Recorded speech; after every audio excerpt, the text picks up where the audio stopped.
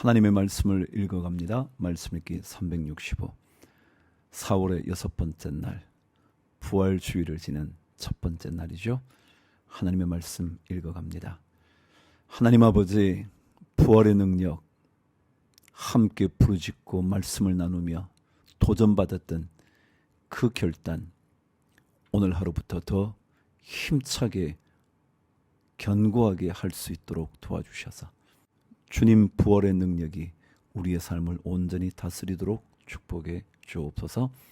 오늘도 연약함으로 살아가는 성도들, 굳어버린 마음으로 살아가는 성도들, 주의 은혜를 사모하지 않는 마음으로 살아가는 딱딱해진 마음 다 버리고 주님을 더욱더 바라보는 거룩한 하루 되게 하여 주옵소서. 예수님 이름으로 기도합니다. 아멘. 자, 오늘 하나님의 말씀 마가복음 3장 1절에서 19절까지 먼저 읽어갑니다. 예수께서 다시 회당에 들어가시니 한쪽 손 마른 사람이 거기 있는지라. 사람들이 예수를 고발하려 하여 안식일에 그 사람을 고치시는가 주시하고 있거늘 예수께서 손 마른 사람에게 이르시되 한가운데에 일어서라 하시고 그들에게 이르시되 안식일에 선을 행하는 것과 악을 행하는 것, 생명을 구하는 것과 죽이는 것 어느 것이 옳으냐 하시니 그들이 잠잠하거늘 그들의 마음이 완악함을 탄식하사 노하심으로 그들을 둘러보시고 그 사람에게 이르시되 내 손을 내밀라 하시니 내밀매 그 손이 회복되었더라. 바리새인들이 나가서 곧 헤롯 당과 함께 어떻게 하여 예수를 죽일까 의논하니라. 7절. 예수께서 제자들과 함께 바다로 물러가시니 갈릴리에서 큰 무리가 따르며 유대와 예루살렘과 이두메와 요단강 건너편과 또 두로와 시돈 근처에서 많은 무리가 그가 하신 큰 일을 듣고 나아오는지라. 예수께서 무리가 애워싸 미는 것을 피하기 위하여 작은 배를 대기하도록 제자들에게 명하셨으니 이는 많은 사람을 고치셨으므로 병으로 고생하는 자들이 예수를 만지고자 하여 몰려왔음이더라. 더러운 귀신들도 어느 때든지 예수를 보면 그 앞에 엎드려 부르짖어 이르되 당신은 하나님의 아들이니이다 하니 예수께서 자기를 나타내지 말라고 많이 경고하시니라. 13절. 또 산에 오르사 자기가 원하는 자들을 부르시니 나온지라. 이에 12를 세우셨으니 이는 자기와 함께 있게 하시고 또 보내사 전도도 하며 귀신을 내쫓는 권능도 가지게 하려 하심이르라. 이 12를 세우셨으니 시몬에게는 베드로란 이름을 더하셨고 또 세베대의 아들 야고보와 야고보의 형제 요한이니 이 둘에게는 보아느게 곧 우레의 아들이란 이름을 더하셨으며 또 안드레와 빌립과 바돌로메와 마테와 도마와 알페오의 아들 야고보와 및 다데오와 가나나인 시몬이며 또 가룟 유다니 이는 예수를 판 자더라. 주님께서 선택한 주님께서 세우신 제자들조차 주님을 배반하는 사람들이 있었잖아요. 그런 거죠. 주님께서 실패가 아니라 그들의 삶을 살리시려는 주님의 은혜를 거부한 결과의 사람들이었죠. 자, 오늘도 우리 주님 부르실 때 잘 순종하는 귀한 일꾼들 되기를 축복합니다. 사무엘상 4장 시작할게요. 사무엘의 말이 온 이스라엘에 전파되니라. 이스라엘은 나가서 블레셋 사람들과 싸우려고 에벤에셀 곁에 진치고 블레셋 사람들은 아벡에 진쳤더니 블레셋 사람들이 이스라엘에 대하여 전열을 벌이니라.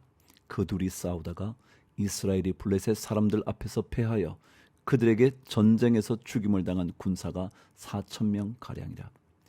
백성이 진영으로 돌아오매 이스라엘 장로들이 이르되 여호와께서 어찌하여 우리에게 오늘 블레셋 사람들 앞에 패하게 하셨는고 여호와의 언약궤를 실로에서 우리에게로 가져다가 우리 중에 있게 하여 그것으로 우리를 우리 원수들의 손에서 구원하게 하자 하니 이에 백성이 실로에 사람을 보내어 그룹 사이에 계신 만군의 여호와의 언약궤를 거기서 가져왔고 엘리의 두 아들 홈리와 비나하스는 하나님의 언약궤와 함께 거기에 있었더라. 여호와의 언약궤가 진영에 들어올 때에 온 이스라엘이 큰 소리로 외치매 땅이 울린지라. 블레셋 사람이 그 외치는 소리를 듣고 이르되 히브리 진영에서 큰 소리로 외치면 어찌 됨이냐 하다가 여호와의 궤가 진영에 들어온 줄을 깨달은지라. 블레셋 사람이 두려워하여 이르되 신이 진영에 이르렀도다 하고 또 이르되 우리에게 화로다. 첫날에는 이런 일이 없었도다. 우리에게 화로다. 누가 우리를 이 능한 신들의 손에서 건지리요. 그들은 광야에서 여러 가지 재앙으로 애굽인을 친 신들이니라. 너희 블레셋 사람들아, 강하게 되며 대장부가 되라. 너희가 히브리 사람의 종이 되기를 그들이 너희의 종이 되었던 것 같이 되지 말고 대장부같이 되어 싸우라 하고 블레셋 사람들이 쳤더니 이스라엘이 패하여 각기 장막으로 도망하였고 살육이 심히 커서 이스라엘 보병의 엎드러진 자가 3만 명이었으며 하나님의 궤는 빼앗겼고 엘리의 두 아들 홈리와 비나하스는 죽임을 당하였더라. 여러분, 하나님의 언약궤는 하나님의 임재하심을 상징하는 거예요. 굉장히 중요한 거죠. 그렇지만 정말 하나님을 사모하는 마음, 하나님의 능력을 진짜로 믿는 마음이 없이는 그것만 가지고 온다고 그래서 그것이 하나님의 역사, 임재를 경험하게 되지는 않아요. 그 언약궤를 모시는 마음이요. 12절. 당일에 어떤 베냐민 사람이 진영에서 달려나와 자기의 옷을 찢고 자기의 머리에 티끌을 덮어 쓰고 실로에 이르니라. 그가 이를 때는 엘리가 길 옆 자기의 의자에 앉아 기다리며 그의 마음이 하나님의 궤로 말미암아 떨릴 즈음이라. 그 사람이 성읍에 들어오며 알림에 온 성읍이 부르짖는지라. 엘리가 그 부르짖는 소리를 듣고 이르되 이 떠드는 소리는 어찌 됨이냐. 그 사람이 빨리 가서 엘리에게 말하니 그때에 엘리의 나이가 98세라. 그의 눈이 어두워서 보지 못하더라. 그 사람이 엘리에게 말하되 나는 진중에서 나온 자라. 내가 오늘 진중에서 도망하여 왔나이다. 엘리가 이르되 내 아들아, 일이 어떻게 되었느냐. 소식을 전하는 자가 대답하여 이르되 이스라엘이 블레셋 사람들 앞에서 도망하였고 백성 중에는 큰 살육이 있었고 당신의 두 아들 홈리와 비나스도 죽임을 당하였고 하나님의 궤는 빼앗겼나이다. 하나님의 궤를 말할 때에 엘리가 자기 의자에서 뒤로 넘어져 문 곁에서 목이 부러져 죽었으니 나이가 많고 비대한 까닭이라. 그가 이스라엘의 사사가 된 지 40년이었더라. 19절. 그의 며느리인 비나스의 아내가 임신하여 해산 때가 가까웠더니 하나님의 궤를 빼앗긴 것과 그의 시아버지와 남편이 죽은 소식을 듣고 갑자기 아파서 몸을 굽히려 해산하고 죽어갈 때에 곁에 서 있던 여인들이 그에게 이르되 두려워하지 말라. 내가 아들을 낳았다 하되 그가 대답하지도 아니하며 관념하지도 아니하고 이르기를 영광이 이스라엘에서 떠났다 하고 아이 이름을 이가봇이라 하였으니 하나님의 궤가 빼앗겼고 그의 시아버지와 남편이 죽었기 때문이며 또 이르기를 하나님의 궤를 빼앗겼으므로 영광이 이스라엘에서 떠났다 하였더라. 이가봇, 참 끔찍한 이름이네요. 하나님의 영광이 떠난 그 이름 말이죠. 5장. 블레셋 사람들이 하나님의 궤를 빼앗아 가지고 에벤 에셀에서부터 아스돗에 이르니라. 블레셋 사람들이 하나님의 궤를 가지고 다곤의 신전에 들어가서 다곤 곁에 두었더니 아스돗 사람들이 이튿날 일찍이 일어나 본즉 다곤이 여호와의 궤 앞에서 엎드러져 그 얼굴이 땅에 닿았는지라. 그들이 다곤을 일으켜 다시 그 자리에 세웠더니 그 이튿날 아침에 그들이 일찍이 일어나 본즉 다곤이 여호와의 궤 앞에서 또다시 엎드러져 얼굴이 땅에 닿았고 그 머리와 두 손목은 끊어져 문지방에 있고 다곤의 몸뚱이만 남았더라. 그러므로 다곤의 제사장들이나 다곤의 신전에 들어가는 자는 오늘까지 아스돗에 있는 다곤의 문지방을 밟지 아니하더라. 여호와의 손이 아스돗 사람에게 엄중히 더하사 독한 종기의 재앙으로 아스돗과 그 지역을 쳐서 망하게 하니 아스돗 사람들이 이를 보고 이르되 이스라엘 신의 괴를 우리와 함께 있지 못하게 할지라 그의 손이 우리와 우리 신 다곤을 친다 하고 이에 사람을 보내어 블레셋 사람들의 모든 방백을 모으고 이르되 우리가 이스라엘 신의 괴를 어찌하려 하니 그들이 대답하되 이스라엘 신의 괴를 가드로 옮겨가라 하므로 이스라엘 신의 괴를 옮겨갔더니 그것을 옮겨간 후에 여호와의 손이 심히 큰 환난을 그 성읍에 더하사 성읍 사람들의 작은 자와 큰 자를 다 쳐서 독한 총기가 나게 하신지라. 이에 그들이 하나님의 괴를 에그론으로 보내니라. 하나님의 괴가 에그론에 이른즉 에그론 사람이 부르짖어 이르되 그들이 이스라엘 신의 괴를 우리에게로 가져다가 우리와 우리 백성을 죽이려 한다 하고 이에 사람을 보내어 블레셋 모든 방백을 모으고 이르되 이스라엘 신의 괴를 보내어 그 있던 곳으로 돌아가게 하고 우리와 우리 백성이 죽임 당함을 면하게 하자 하니 이는 온 성읍이 사망의 환난을 당함이라. 거기서 하나님의 손이 엄중하심으로 죽지 아니한 사람들은 독한 종기로 치심을 당해 성읍의 부르짖음이 하늘에 사무쳤더라.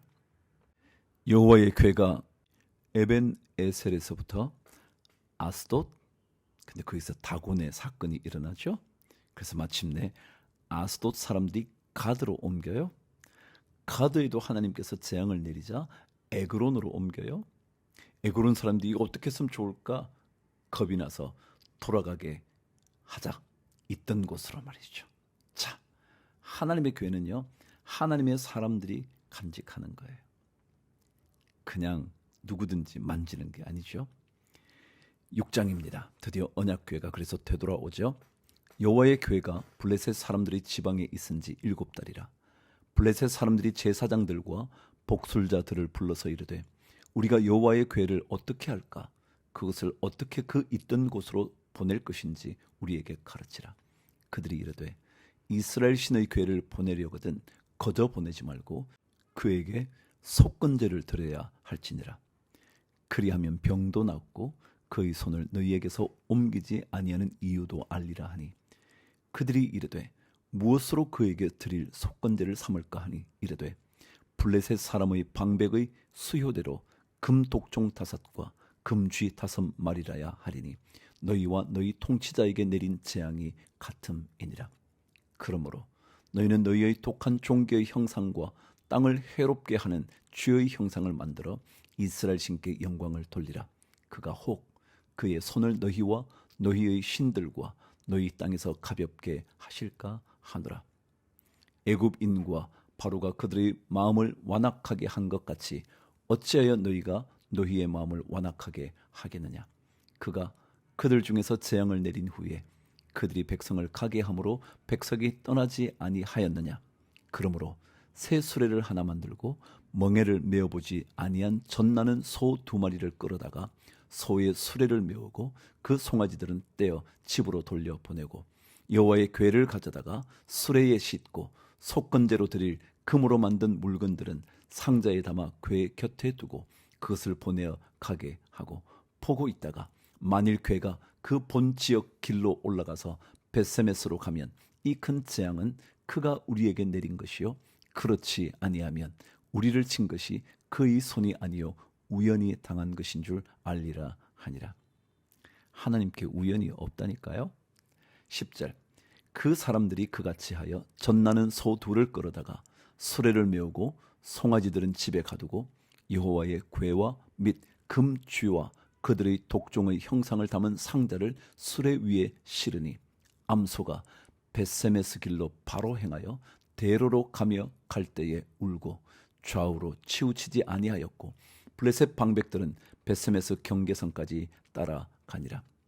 벳세메스 사람들이 골짜기에서 밀을 베다가 눈을 들어 궤를 보고 그 본 것을 기뻐하더니 수레가 벳세메스 사람 여호수아의 밭 큰 돌 있는 곳에 이르러 선지라.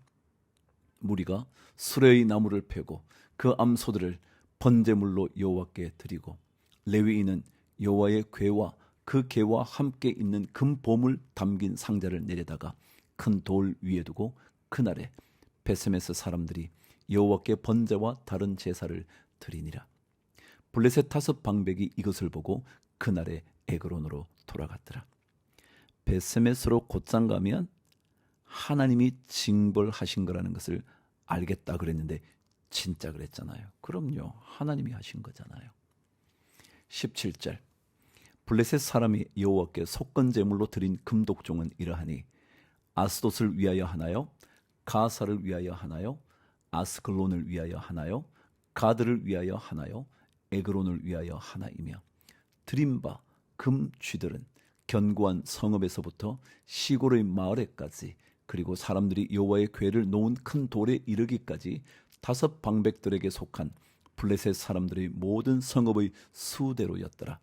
그 돌은 베세메스 사람 요수아의 밭에 오늘까지 있더라. 베세메스 사람들이 여호와의 궤를 들여다본 까닭에 그들을 치사 50,070명을 죽이신지라. 여호와께서 백성을 쳐서 크게 살육하셨으므로 백성이 슬피 울었더라. 베세메스 사람들이 이르되 이 거룩하신 하나님 여호와 앞에 누가 능히 서리요? 그를 우리에게서 누구에게로 올라가시게 할까 하고 전령들을 기럇 여아림 주민에게 보내어 이르되 블레셋 사람들이 여호와의 궤를 도로 가져왔으니 너희는 내려와서 그것을 너희에게로 옮겨가라. 정말 하나님의 언약궤를 모시고 싶어하는 사람들이 하나님의 언약궤를 모셔야죠. 성경도 여호와의 성전을 재건하는 포로기 이후에 재건하는 그 일은 하나님께 감동을 받아서 그래 하나님의 성전 지어야지 라고 하는 사람들이 올라가서 짓는 거예요. 그 은혜 우리에게 있어야 된다고 제가 그러잖아요. 주를 위하여 화이팅!